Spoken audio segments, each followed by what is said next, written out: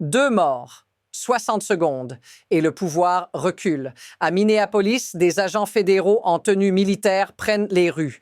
Une première civile, Renee Good, meurt. Puis, les caméras captent l'instant où Alex Pretty, infirmier en soins intensifs, est abattu lors d'une manifestation. Les images tournent en boucle. La peur s'installe. Et soudain, depuis l'Iowa, Donald Trump change de ton à l'antenne. Nous allons désescalader un peu. Voilà le paradoxe. Le président qui a fixé l'escalade cherche maintenant à en effacer les conséquences. Si vous pensez que cela ne concerne que Minneapolis, détrompez-vous. Ce moment teste une limite qui vous touche directement. Quand l'État mise sur la démonstration de force, qui décide du point d'arrêt? Regardez la séquence suivante. Réunion à huis clos au bureau ovale, un responsable retiré du terrain, des mots plus doux. Mais voici le détail qui change tout. Ce qui a produit ces images n'a pas disparu. Et maintenant, posez-vous la question que personne ne formule clairement. S'agit-il d'un vrai recul ou d'un simple changement d'angle avant la prochaine scène? L'événement au cœur de cette histoire n'est pas présenté d'un seul bloc et ce n'est pas un hasard. Officiellement, il s'agit d'une opération d'application de la loi qui a mal tourné à Minneapolis. Mais cette version ne dit pas tout. Depuis des semaines, des agents fédéraux armés, parfois masqués, en uniforme de type militaire, sont déployés dans plusieurs grandes villes américaines. Les images existent. Elles circulent et elles n'ont jamais été stoppées par la Maison-Blanche. Pour comprendre pourquoi Minneapolis n'est pas un accident isolé, il faut regarder le cadre politique plus large. Depuis des années, Donald Trump décrit les villes comme des lieux de chaos et de criminalité, nécessitant une réponse brutale de l'État fédéral. À Clive, dans l'Iowa, il affirme même que des migrants entrés légalement doivent prouver qu'ils aiment l'Amérique et qu'ils ne vont pas faire exploser des centres commerciaux. Ce langage installe une attente, une logique de confrontation. Mais voici le point clé. Si ce climat a été délibérément construit, alors ce qui s'est passé à Minneapolis n'est pas une rupture, c'est une continuité. La vraie question devient alors: à quel moment cette continuité cesse-t-elle d'être politiquement rentable? Voici l'affirmation que beaucoup évitent de formuler clairement. Ce qui s'est passé à Minneapolis était prévisible. Et les faits contenus dans le dossier le montrent. Pendant des semaines, des agents fédéraux armés, parfois masqués, ont été déployés dans les rues, non pas discrètement, mais de façon visible, presque théâtrale. Les images étaient publiques. Donald Trump ne les a pas interrompues. Au contraire, il a continué à soutenir publiquement Kristi Noem, l'une des figures centrales de cette opération. Puis survient le point de rupture. En moins d'1 minute, des agents en tenue militaire encerclent Alex Pretty et ouvrent le feu. Ce n'est pas une zone de guerre, c'est une manifestation américaine. Et immédiatement après, le discours change. Trump parle de désescalade. Il promet une grande enquête. Mais remarquez ce qui manque dans cette séquence. Il n'y a pas de remise en cause explicite du déploiement armé. Il n'y a pas de condamnation claire de la mise en scène de force dans les rues. Voici pourquoi ce détail change tout. Quand un pouvoir ajuste son langage sans toucher à la structure, il ne corrige pas le système, il le protège. Et à partir de là, l'histoire ne parle plus d'un incident tragique. Elle parle d'un mécanisme qui continue de fonctionner, simplement avec plus de prudence médiatique. La dynamique s'aggrave parce qu'un seuil invisible vient d'être franchi. Ce qui aurait dû rester exceptionnel devient familier. Des agents fédéraux en tenue militaire dans des rues américaines ne sont plus décrits comme une mesure d'urgence, mais comme une réponse ordinaire. Ce glissement a déjà existé. Lors du premier mandat de Trump, les images d'enfants retenus dans des centres de détention grillagés avaient provoqué une onde de choc. À l'époque, l'administration parlait de nécessité. Aujourd'hui, le décor a changé, mais la logique persiste. À Minneapolis, la scène est assumée. Les agents sont visibles. L'équipement est lourd. La posture est celle de la confrontation. Et pendant que Greg Bovino multiplie les apparitions médiatiques et que Kristi Noem incarne la ligne dure, le message envoyé est simple, cette méthode est tolérée jusqu'à ce qu'elle ne le soit plus. car lorsque la démonstration de force devient une norme, chaque intervention suivante doit aller plus loin pour produire le même effet. Mais voici où l'histoire bascule. Une fois cette normalisation installée, revenir à une application discrète de la loi devient presque impossible. Et c'est là que l'escalade cesse d'être un choix pour devenir une inertie.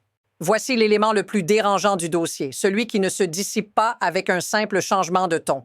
L'administration affirme viser les pires criminels. Mais les chiffres racontent une autre histoire. Une étude du Cato Institute, citée dans le contenu, montre que depuis le début des purges, seuls 5% des personnes détenues par l'ICE avaient des condamnations pour crimes violents. 73% n'avaient aucune condamnation. L'écart est énorme et il est documenté. Maintenant, observez le contraste entre les mots et les actes. Après la mort d'Alex Pretty, Donald Trump promet une grande enquête qu'il supervisera personnellement. Il diffuse des comptes rendus positifs de ses appels avec des responsables démocrates du Minnesota, pourtant attaqués pendant des semaines. Et surtout, il confie les opérations de déportation à Tom Homan, qui lui rapportera directement. Le message est clair, on ne ralentit pas, on recentralise. Voici la phrase qui change la perception durablement.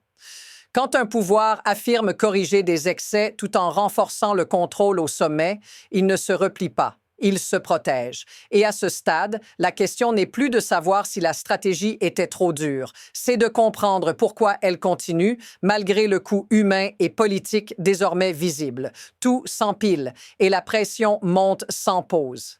D'abord, Greg Bovino est retiré du Minnesota après avoir occupé l'espace médiatique, notamment lorsqu'il qualifie les agents impliqués dans la mort de Pretty de victimes à la télévision. Ensuite, la contestation politique s'élargit. À la Chambre, Hakeem Jeffries annonce qu'il cherchera la destitution de Kristi Noem si elle ne démissionne pas. Au Sénat, Lisa Murkowski, républicaine, déclare qu'il est temps que la secrétaire rende des comptes pour le chaos et la tragédie observée. Puis viennent les chiffres, et ils tombent vite. Un sondage CNN-SSRS indique que 51% des Américains estiment désormais que les opérations de l'ICE rendent les villes moins sûres, contre 31% qui pensent l'inverse. 52% jugent que les efforts de déportation sont allés trop loin. L'approbation de Trump sur l'immigration chute à 42%, en baisse nette depuis mars. Et pendant que l'opinion bascule, le président insiste sur un message unique. La frontière est totalement sécurisée. Regardez la scène dans son ensemble. Les responsables changent, le ton s'adoucit, mais la machine continue d'avancer plus vite que le contrôle politique. Et à ce stade, une question devient inévitable. Que se passe-t-il si cela continue? Ramenez maintenant cette histoire à votre propre vie, pas aux chiffres, pas aux débats télévisés, à ce que cela change concrètement quand l'application de la loi prend l'allure d'une opération militaire.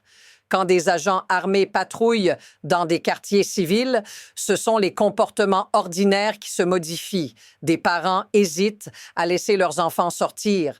Des travailleurs évitent certains trajets.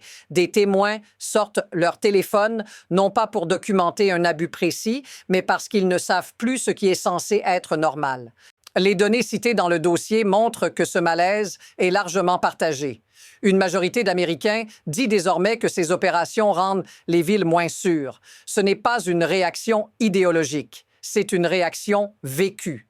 Beaucoup de personnes qui soutenaient un durcissement de la frontière attendaient une promesse simple, plus de sécurité, moins de chaos. Or, les images de Minneapolis produisent l'inverse. Elles installent une tension permanente, même chez ceux qui ne sont pas directement ciblés. Voici le point crucial. Quand la peur devient diffuse, elle ne distingue plus les camps. Elle touche tout le monde. Et à partir de là, la confiance entre l'État et les citoyens commence à se fissurer. Si cette sensation vous paraît familière, dites-le dans les commentaires.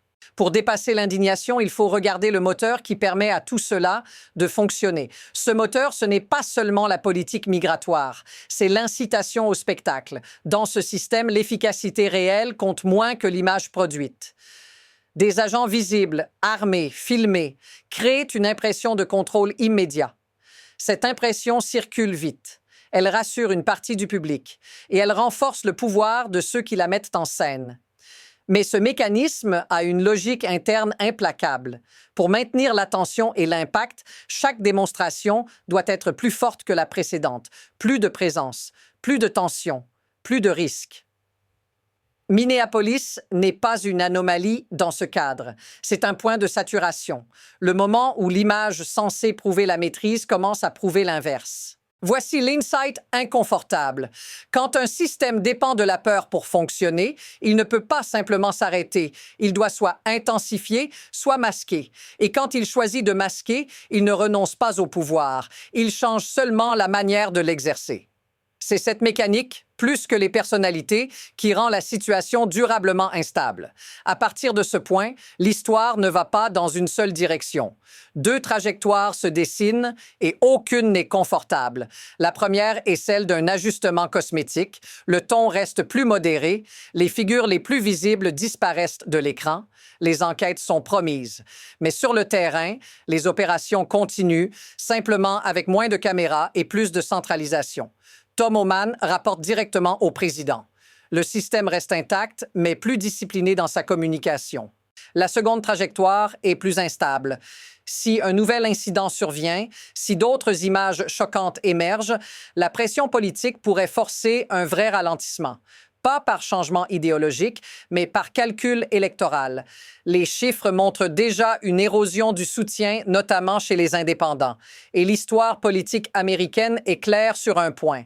Quand un enjeu devient un handicap électoral majeur, même les stratégies les plus rigides commencent à se fissurer. Mais voici ce qui rend le moment dangereux. Donald Trump a rarement su s'arrêter après avoir revendiqué une victoire. Il a tendance à aller plus loin. Et dans cette tension entre prudence affichée et continuité réelle, le prochain mouvement n'est pas annoncé. Il est en train de se préparer. Il y a une idée simple qui relie toute cette séquence. Quand le pouvoir s'appuie sur la peur pour prouver son efficacité, il finit toujours par être jugé sur ses images. Minneapolis n'est pas seulement un drame local. C'est l'instant où une stratégie pensée pour impressionner révèle ses limites. Les mots peuvent changer, les visages peuvent disparaître, mais tant que le mécanisme reste le même, le risque demeure. Cette histoire n'oppose pas sécurité et chaos. Elle montre comment la mise en scène du contrôle peut produire l'effet inverse. Et une fois que cette frontière est franchie, revenir à la normale devient extrêmement difficile. La prochaine étape ne dépend pas d'un discours, elle dépend de la prochaine image. Si vous voulez comprendre ce qui vient après, avant que cela n'explose à nouveau, suivez cette chaîne, parce que ce que vous voyez aujourd'hui prépare déjà ce qui arrivera demain.